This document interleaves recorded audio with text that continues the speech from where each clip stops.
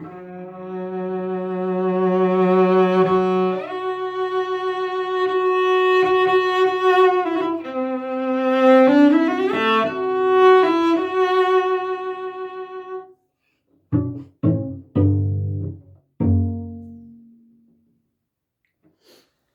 the intermezzo e danza finale from the Gaspar Casado's cello suite.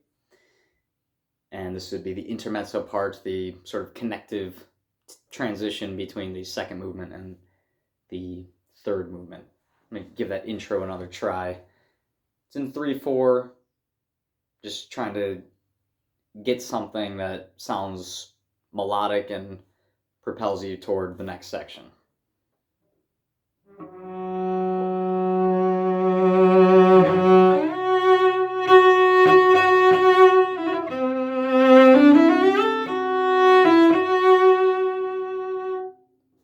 There's a bowing in there that I'm not doing currently. Let me just kind of fixate on that for a second.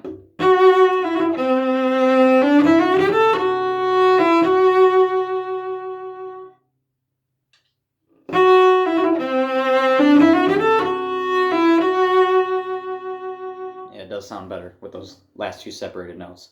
And Cassado was a cellist, so do have to consider his bowings are valid for the instrument and worth trying, of course.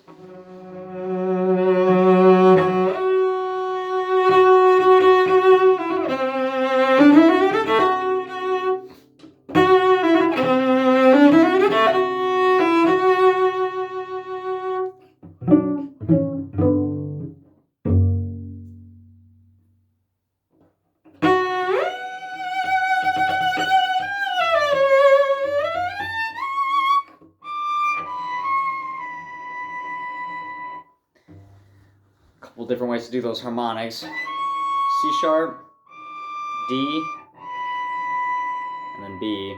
You can do the artificial ones.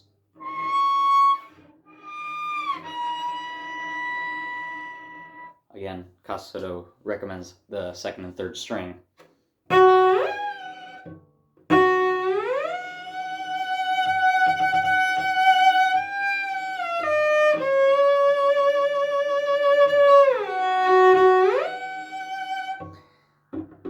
This shift, good octave practice, but also gets you thinking about the different types of shifts. So we have the drop shift, the anticipated shift, the drop shift, anticipated shift, or the delayed shift. And then there's also what to consider with the bow. In the part, the F sharps are connected in one bow, so old bow they call it. A new bow would be using a new bow. And then there's a question of old finger being the same finger, or a new finger that you're going to be shifting on. So, or changing fingers, or keeping the same finger. It's an expressive choice. Here, I tend to switch to a different finger and drop the finger either 2 to 3 or 3 to 2.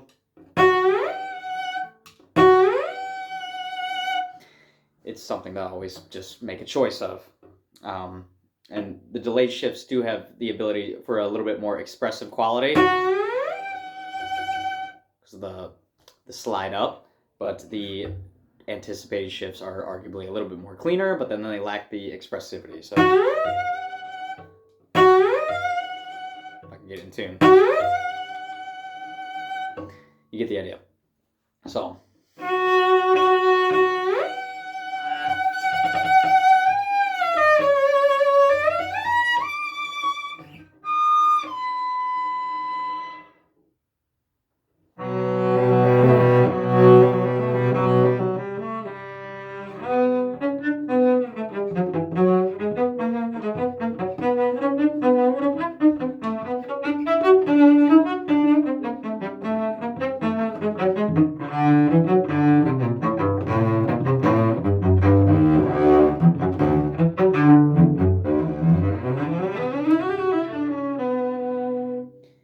above that, all those fast notes, leggero.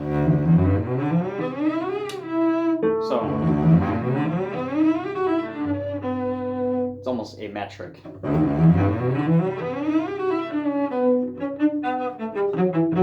And this allegretto tranquillo is a little bit of an off-kilter dance in 5/4.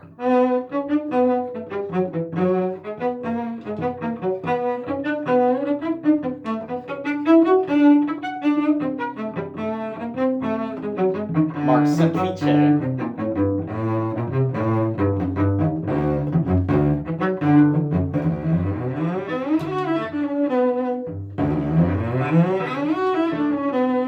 So for stuff like that, definitely good to just be able to play it cleanly, which I can't. So in those moments,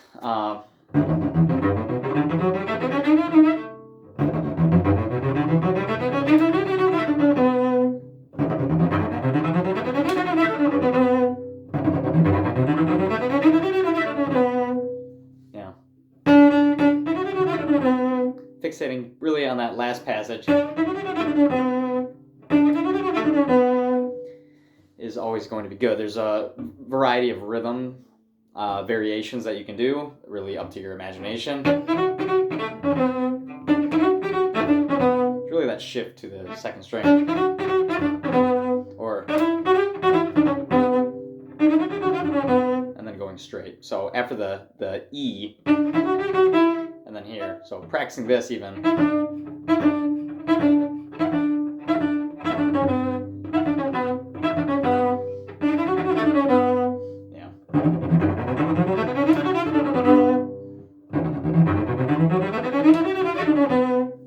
Button on my sleeve here.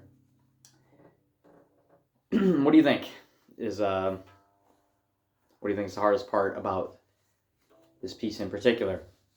For me, it's the sort of transitions to the different tempos. There are no tempo markings, so you do have to make some choices about, you know, how fast is your allegro marcato going to be? Are you going to do any type of additional accelerando, which I have heard in some recordings, but for example, in this next section,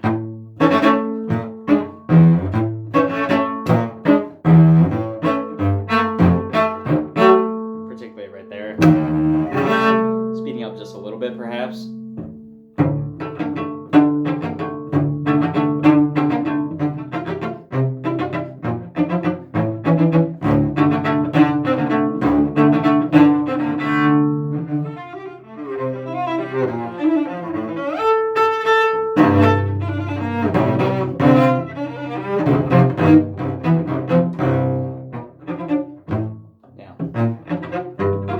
All light.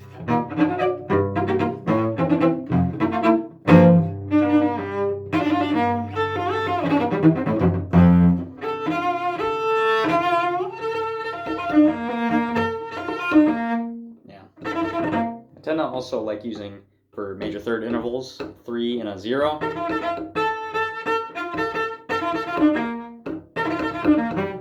You could stay there for the whole thing.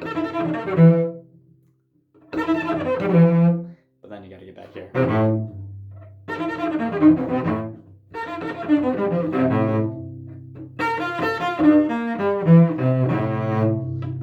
Always practice slow.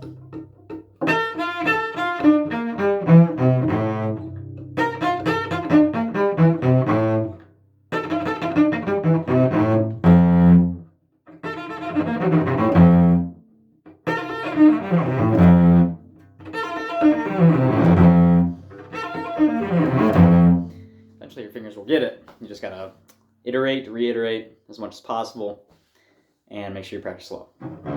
Do as I say, not as I do, as they say.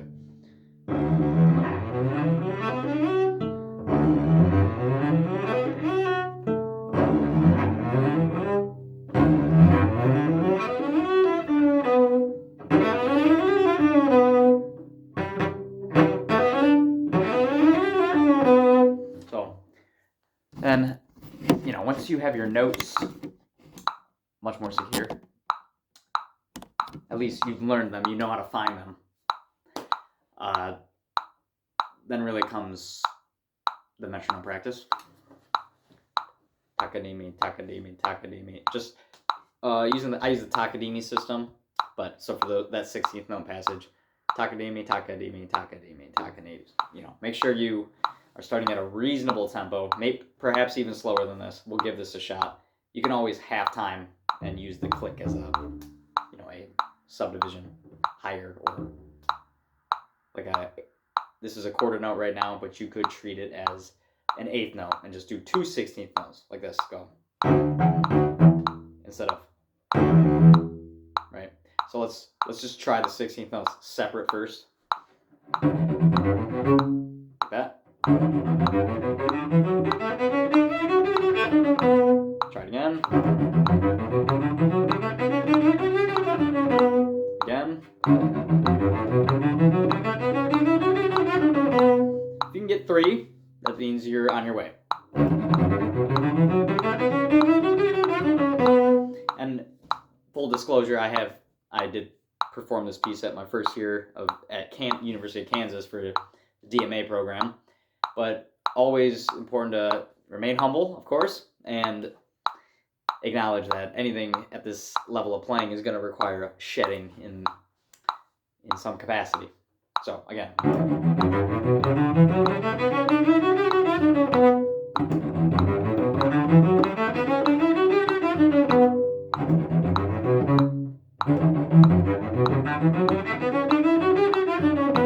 One technique I have come across is stopping before every position change and string change, and then cumulatively adding the excerpt that you were working on at any given moment. So for this, it would be like this. Like that. That's your first, where you're going to change to the G next, and then add the G. And then again, you go, and again.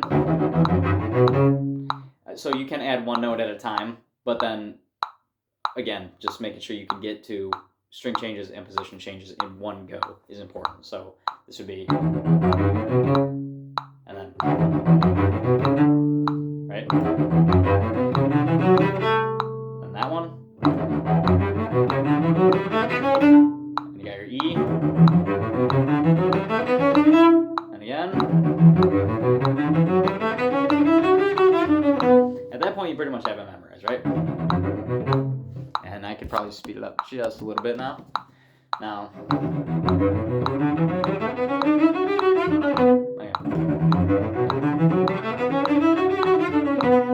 the main shit, make sure that intonation is dialed in. So very important, this is all slurred, by the way, in the music. So very important that you can play it separately, though, because your left hand and this hand should coordinate. When you go like this, you're going to want that metronomically with the click. Better than that. Better. And if you can't do all those notes at once first, then obviously break it up into smaller groups, like 4. Go. And then 8, maybe. You get the idea. So, important that we try that out. And of course, it is a matter of everyone's time is limited. So you do want to turn this metronome off. When you're practicing, you want to make sure that you do have a game plan. Like for this video, the game plan was the 3rd movement of the Cassado Suite. And I pretty much showed you a lot of how I practice just then. Is first, it is you want to learn the notes. You need to know how to find the notes on the instrument. There's some pieces where, even though I've played for a long time, I'm unsure how to achieve certain notes upon first sight reading. In the first glance of the piece. The piece I'm thinking of in particular, Tanya Leon, 4 pieces.